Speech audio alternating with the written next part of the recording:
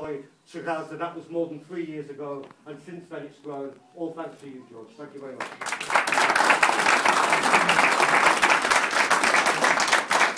Bismillah ar-Rahman ar-Rahim. Elders, brothers and sisters, comrades and friends, Assalamu alaikum. And this is a very, very proud day for me. In fact, feeling a little bit emotional about it. Not just because, as Kevin has just explained, Viva Palestina as an idea, the siege-breaking convoys as an idea, came to me, I believe, divinely. You can't, if you don't believe in God, you won't accept that, but like David Aronovich, for example. But I believe that this was an inspired idea and that it has had emulation all over the world and has become an international movement. And so I'm very proud and humbled by the way that the Viva Palestina movement has grown around the world. And I'm very proud of all my friends here that I see. I won't name them all because there are too many who have been on these convoys to Gaza, some of them over and over again, and some of them on every single one, including the one that's about to leave in the rain from Bradford. But I'm, in a sense, even more proud of the fact that the pictures from this day, the film from this day, will be seen by the Palestinians under siege, and they will know that there's a city called Bradford, which is now their embassy here in Britain.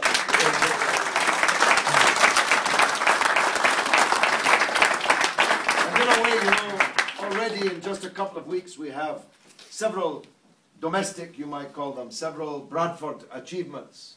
Some heads are rolling, and some buildings may not now crumble, and some holes might now get filled in, maybe. We're working on all of those things. But this convoy from Bradford to Gaza, in a way, is the first fruit for the Ummah as a whole of the Bradford Spring that all of you are responsible for. We are now picking, and the Palestinian people will pick the first fruit of that Bradford Spring. And I must tell you, very, very proud of that. And so should you be. You know, Salim organized a fundraising event at about 48 hours notice. And he's going to present the fruits of that to me in a minute. And I'm going to give it to Amma, who's going to take it and give it to the people who need to have it in Gaza. And so many people here have literally been going door to door, collecting clothes and medicine and sweets and anything that they could collect from so many people. In just a few days, these vehicles that are leaving from here for Gaza, I hope, are filling up. Even I can see them through the window actually filling up as we speak. Now, this convoy is an international convoy, and it will be joined, particularly from Turkey, by huge numbers, inshallah, huge numbers of vehicles. People will be joining it from all over the Arab world, from India, from Pakistan, from the Persian Gulf, and so on. So that by the time it arrives at Aqaba, the great and historic port in the south of Jordan, where you can almost touch occupied Palestine, you can throw a stone. Don't do that.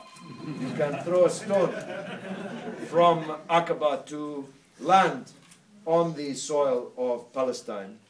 It will be by then a mighty convoy headed for Gaza. And we hope, and I say this to the cameras, we come in peace to the government of Egypt, whomsoever that government is by then. And we hope, of course, that the transition to democracy in Egypt continues and maybe even completes around about the time that we are arriving there. We come in peace to the Egyptian government, but we will not be stopped. We bear no ill will towards you. We are not coming to interfere in Egyptian politics, but we will not be stopped, because this ummah is determined to relieve the suffering of the Palestinian people, and no one can be allowed to stand in our way. So I hope very much that the Egyptian authorities will facilitate the passage from Aqaba to Nuweiba in Sinai, and the passage across Sinai into Palestine. We have no other way that we can go, and that is the way we have to go. And we hope that everyone whose countries through which we pass will so facilitate. The first convoy that Kevin mentioned traveled through many dictatorships, some of whom are no more, some of whom are gone. We believe in the end of dictatorship, but we are not coming to bring about the end of any regime or any government. That's a different matter for another day. Our purpose is Palestine and the relief of Palestine, and everyone has to bear that in mind. So please don't try and make revolution in the countries through which you pass. That's for another day, another occasion, maybe. But our task is to break the siege on Gaza and to demonstrate that there still is a siege on Gaza. Oil is now at $120 a barrel. Egypt is a dictatorship no more. So why are the Palestinian people still hungry? Why have they no electricity? Why is most of the day they have no lights, no heat, no refrigeration? Why? You know by now, with oil at $120 a barrel, Saudi Arabia and Qatar and Kuwait and the Emirates and so on, they could already be transforming Gaza into Nice or Cannes or the south of France. The people in Gaza should be eating their fill. They should have the best after what they have suffered. So why are they still under siege? What's wrong with these people? Well, as many of you have heard me say, I had the misfortune, really, of meeting a young girl in Gaza on that first convoy who had lost her mother and her father and all 5 of her brothers in one instant when one missile destroyed her home into rubble and ash. She had been staying with her grandmother and was saved, though wishes, I'm sure still wishes, that she was not. She is an orphan, this girl. But she asked me something which was televised and for which it's very difficult to find an answer. She asked me, in the rubble of her home and where her entire family had just perished, where is this Arab world that they teach us about in school? Where is this ummah that they teach us about in school? Why did they leave us to face this alone? What did we do to deserve to face this alone?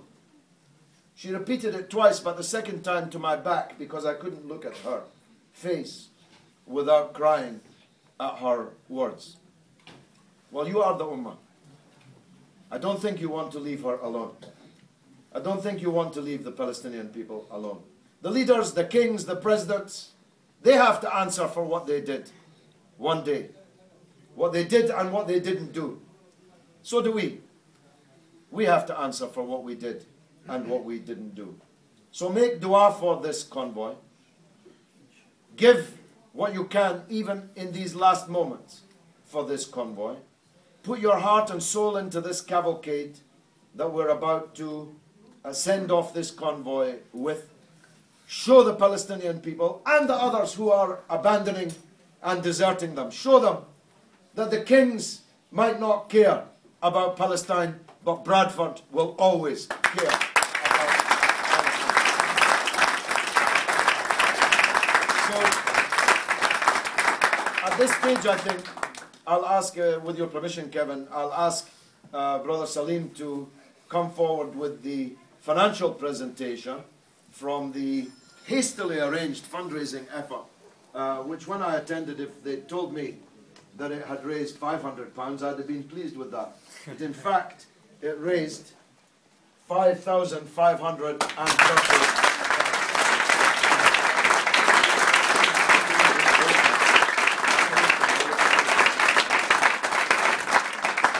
By the way, Salim, who's an entrepreneur, has produced these £50 notes.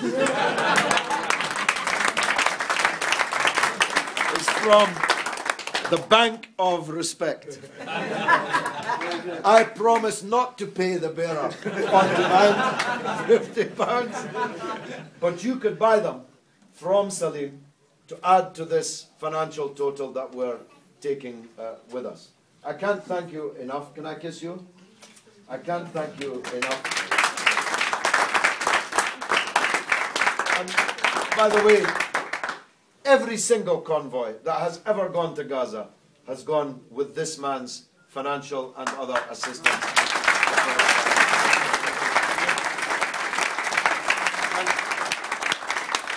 if I may, let me just give this to Amar, in whom I trust my life. Let me just present one other person, if I may, because I'm enjoying this. There's a man I first saw in the Libyan desert. And he was dressed like a man in the Libyan desert would be dressed. And he stepped out of the shadows, offering me a curry in the dawn one morning. Curry for Fajr. We'd been traveling, driving. This man, whom I assumed to be a Libyan tribesman, came forward with a curry. I said, "A curry in Libya, that's amazing." And he said, "I'm from Batley." That's exactly what he said. "I'm from Batley, me." He's been on every single convoy to Gaza from Batley. Brother Yusuf is with us now, and he owns that big white truck there.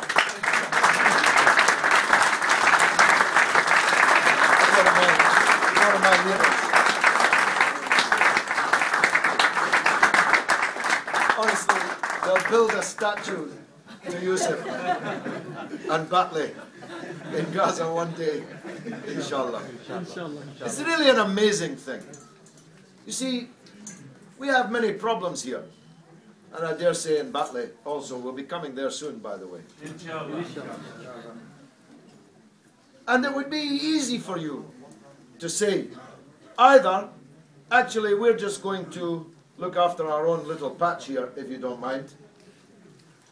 We're going to vote only on the uneven pavements or the holes in the road or the poor schools that we have in Bradford. That would be real easy, and nobody could blame you for it.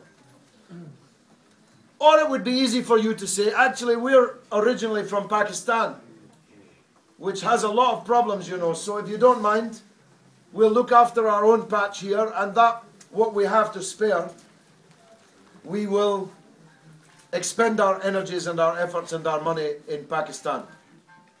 But this room is full of people from all parts, but mainly of Pakistani, Bengali, and Indian heritage, who came here for a tiny piece of land and a small people called Palestine. When Palestine was wiped off the map, there was only 2 million. 2 million of them. Now there is, mashallah, 10 million.